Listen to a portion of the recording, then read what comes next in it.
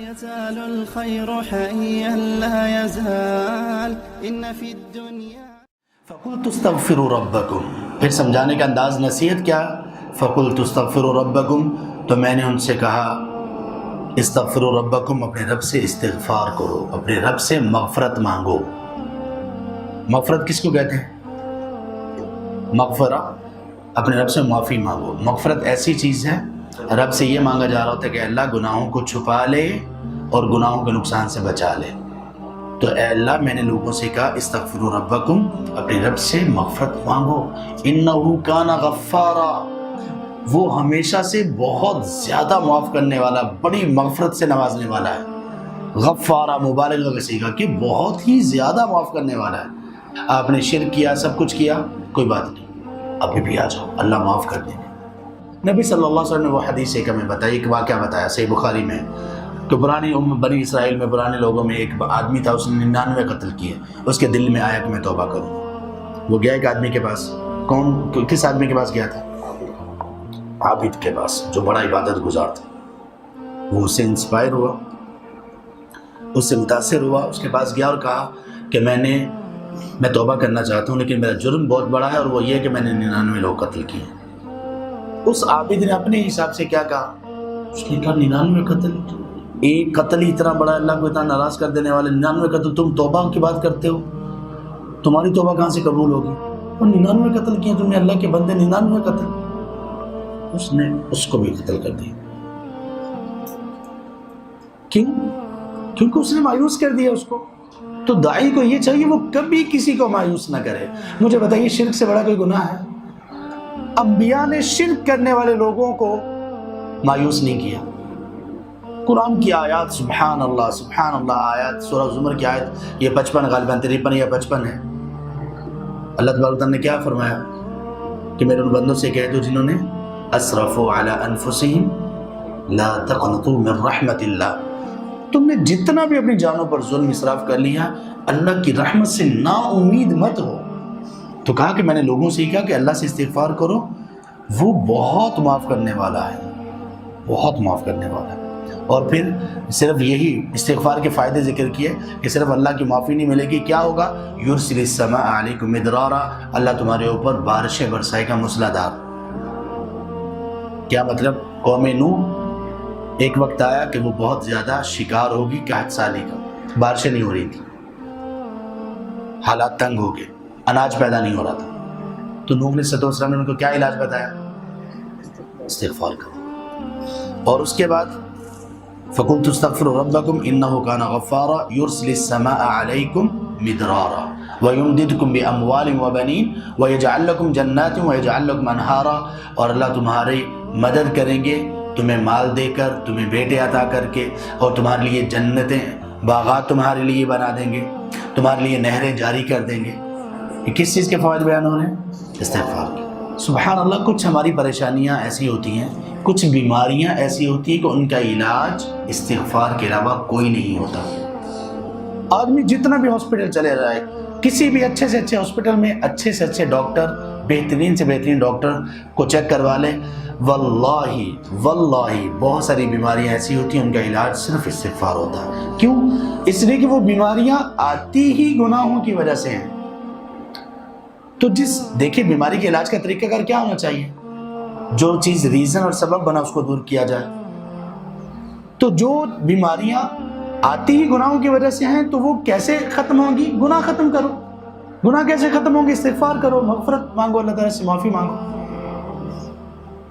اگر استغفار لوگ کرنا شروع کر دیں تو واللہ لوگوں کی صحت بھی بہت اچھی ہو جائے گی۔ سبحان اللہ، اللہ فرما رہے ہیں کہ تم استغفار کرو، اللہ بارش تمہارے اوپر آسمان کو پھیلا دیں گے، آسمان تمہارے اوپر خیر و برکت کے ساتھ آئے گا، اللہ تمہیں مال دے گا، اللہ تمہیں اولاد دے گا، اللہ تمہارے لیے جنتیں پیدا کر دیں گے، باغات تمہارے لیے لگا دیں گے، نہریں جاری کر دیں گے۔ اب نہر ایک بنی پڑی ہو لیکن پانی نہ ہو، خشک نہر، کوئی فائدہ ہے اس کا؟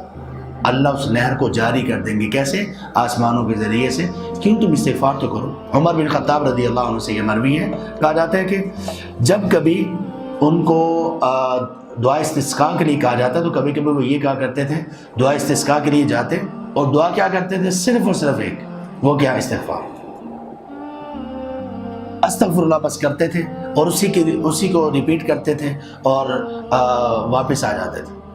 کہا جاتا ہے ان سے ایک مرتبہ کہا گیا، انہوں نے لوگوں کے ساتھ ایک مرتبہ صلاۃ الاستسقاء، بارش طلب کرنے کی جو نماز اسلام نے سکھائی وہ پڑھی، فلم یزید علی ان استغفر ساعتا، تو انہوں نے ایک وقت تک، ایک گھنٹہ، خیر اس وقت 2 گھنٹوں کی تقسیم نہیں تھی، کافی دیر تک صرف استغفار ہی کیا، ثم انصرف، پھر نماز سے لوٹ آئے۔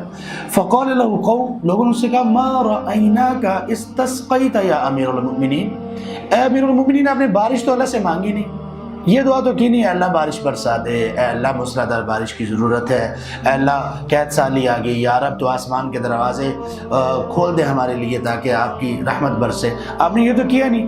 فقال واللہ لقد استنزلت المطر، کہنے لگے اللہ کی قسم میں نے بارش مانگ لی ہے۔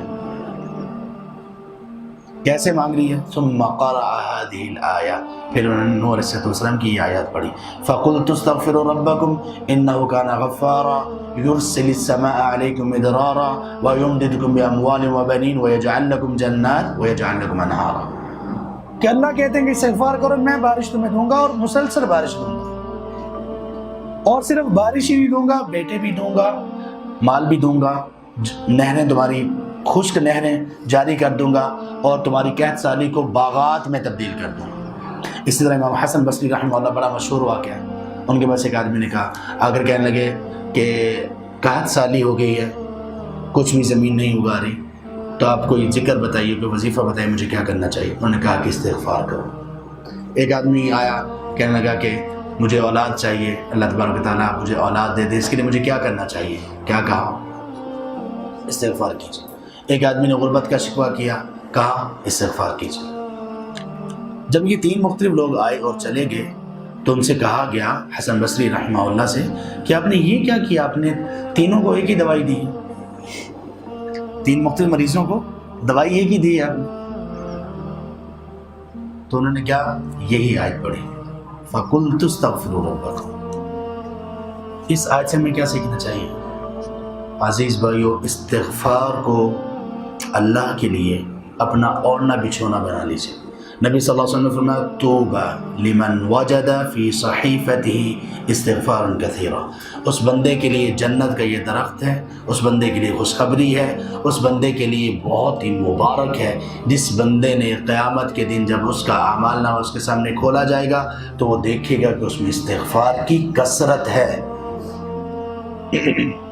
اہل علم بیان کرتے ہیں کہ وہ اذکار جن کو بندہ کبھی مت چھوڑے ان میں کہ استغفار بھی ہے۔ واللہ اللہ کی قسم، اپنے معاملات کے حل کے لیے نیت کر کے کہ یا رب یہ پریشانی ہے، اس کے دور کرنے کے لیے یا رب میں تجھ سے مغفرت طلب کرتا ہوں، اب استغفار کر کے دیکھیے اور دیکھیے اس کا رزلٹ کتنا اچھا ہوتا ہے۔ واللہ یہ تجربے کی بات ہے، مجرب بالکل ایکسپیرینس چیز ہے، یہ آپ کر کے دیکھیے، کوئی بھی پریشانی ہو، کسی بھی اعتبار کی پریشانی ہو۔ نبی صلی اللہ علیہ وسلم نے فرمایا جو بندہ استغفار زیادہ کرتا ہے اللہ اس کے ہم اور غم کو دور کر دیتا ہے۔ اللہ کا قرب ایک الگ چیز ہے، دل کا سکون ملتا ہے، پریشانیاں دور ہوتی ہیں۔ کثرت کیجیے استغفار کی، کثرت، کتنی کثرت اسلام نے ہمیں سکھائی ہے، سبحان اللہ۔ نماز پڑھتے ہوئے دیکھ لیجیے کتنی دعائیں جو استغفار والی ہیں۔ نبی صلی اللہ علیہ وسلم رکوع اور سجدے میں کون سی دعا زیادہ کیا کرتے تھے؟ سبحانک اللہم ربنا وبحمدک اللہم اغفر لی۔ 2 سجدوں کے بعد کیا پڑھا کرتے تھے؟ رب اغفر لی، رب اغفر لی۔ تشہد میں کیا پڑھا کرتے تھے؟ التحیات کے بعد اللہم صلی علی محمد، اس کے بعد اللہم انی ظلمت نفسی ظلما کثیرا ولا یغفر الذنوب الا انت، اے اللہ تیرے سوا گناہوں کو کوئی معاف نہیں کر سکتا، فاغفر لی، اے اللہ تو مجھے معاف کر دے، مغفرۃ من عندک۔ کیا مطلب ہے مغفرۃ من عندک والا؟ پہلے بھی بتایا، مغفرۃ من عندک، سبحان اللہ، اللہ کے رسول صلی اللہ علیہ وسلم نے یہ دعا سکھائی، اور سکھائی بھی کس کو؟ ابو بکر الصدیق رضی اللہ عنہ۔ کب سکھائی؟ انہوں نے کہا اللہ کے رسول مجھے کوئی دعا سکھائیے کہ میں اپنی نماز میں پڑھا کروں، تشہد میں پڑھا کروں۔